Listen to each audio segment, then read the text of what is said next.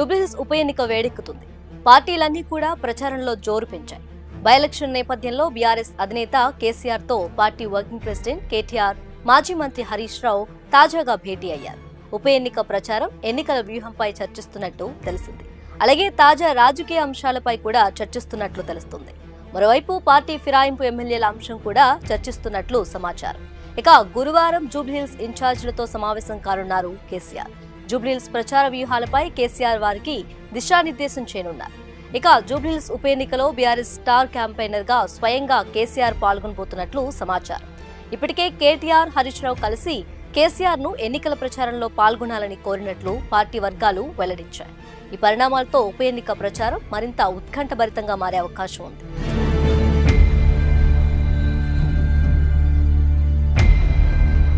మాగంటి గోపీనాథ్ మరణంతో జూబ్లీహిల్స్ నియోజకవర్గంలో ఉప ఎన్నిక అనివార్యమైన విషయం తెలిసిందే. సిట్టింగ్ స్థానాన్ని ఎలాగైనా కైవసం చేసుకోవాలని పట్టుదలతో ఉంది బీఆర్ఎస్ పార్టీ. అందుకు తగ్గ ప్రణాళికలను కూడా సిద్ధం చేసింది. ఇప్పటికే జూబ్లీహిల్స్ నియోజకవర్గంలో జోరుగా ప్రచారం నిర్వహిస్తోంది గులాబీ పార్టీ. బీఆర్ఎస్ పార్టీ అభ్యర్థిగా మాగంటి గోపీనాథ్ సతీమణి మాగంటి సునీతకే టికెట్ ఇచ్చింది బీఆర్ఎస్. మాగంటి సునీత ప్రచారంలో దూసుకెళ్తున్నారు. ఎక్కడికెక్కడ ర్యాలీలు, సభలు నిర్వహిస్తున్నారు. మాజీ మంత్రులు కేటీఆర్, హరీష్ రావు, బీఆర్ఎస్ ముఖ్య నేతలు ప్రచారంలో పాల్గొని బీఆర్ఎస్ ను గెలిపించాలని కోరుతున్నారు. ఈ ఉప ఎన్నికను ప్రతిపక్ష బీఆర్ఎస్ ప్రతిష్టాత్మకంగా తీసుకుంది. సిట్టింగ్ స్థానాన్ని నిలుపుకొని రాష్ట్ర వ్యాప్తంగా ప్రజలు ఇదే ఫలితాన్ని కోరుకుంటున్నారని నిరూపించాలని బీఆర్ఎస్ భావిస్తోంది.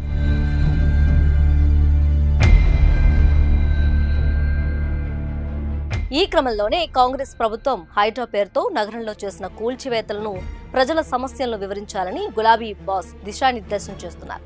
నగరంలో 4000 పింఛన్ ఇవ్వకపోవటం, నగరంలో ట్రాఫిక్ సమస్య, యువతకు ఉద్యోగాల హామీ నెరవేరలేదంటూ పలు హామీలు పెండింగ్లపై బాకీ కార్డు ఉద్యమాన్ని తీవ్రం చేసి ప్రచారం చేయాలని పార్టీ నేతలు చర్చిస్తున్నారు. ఎట్టి పరిస్థితుల్లోనూ జూబ్లీహిల్స్ ఉప ఎన్నికల్లో నెగ్గి సిట్టింగ్ సీటు కాపాడుకోవాలని చూస్తున్న బీఆర్ఎస్ ప్లాన్ బితో రెడీగా ఉంది. మాగంటి సునీతతో పాటు దివంగత నేత పీజీఆర్ తనయుడు పి విష్ణువర్ధన్ రెడ్డితో సైతం నామినేషన్ వేయించింది. ఒకవేళ సునీత దాఖలు చేసిన నామినేషన్ రిజెక్ట్ అయితే విష్ణువర్ధన్ రెడ్డిని తమ అభ్యర్థిగా గెలిపించుకోవాలని సైతం ప్లాన్ చేశారు. గతంలో ఎన్నికల్లో పోటీ చేసిన అనుభవంతో పాటు తండ్రి పీజీఆర్ నియోజకవర్గానికి చేసిన పనులను వివరించనున్నారు.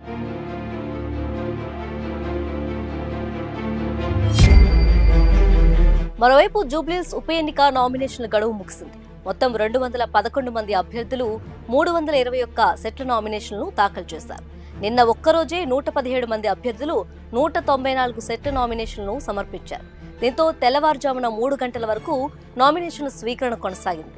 చివరి రోజు కావడంతో అభ్యర్థులు, పార్టీ ప్రతినిధులు, అనుచరులు రిటర్నింగ్ ఆఫీస్ వద్ద గుమికూడారు. అధికారులు రాత్రంతా నామినేషన్ల స్వీకరణలో నిమగ్నమయ్యారు. ఈ రోజు ఉదయం 11 గంటలకు నామినేషన్ల పరిశీలన చేపట్టనున్నారు. ఎల్లుండి వరకు నామినేషన్ల ఉపసంహరణకు అవకాశం ఉన్నట్లు ఎన్నికల అధికారులు తెలిపారు. దీంతో తుది పోటీదారుల జాబితా వచ్చే 2 రోజుల్లో స్పష్టమవుతుందని భావిస్తున్నారు.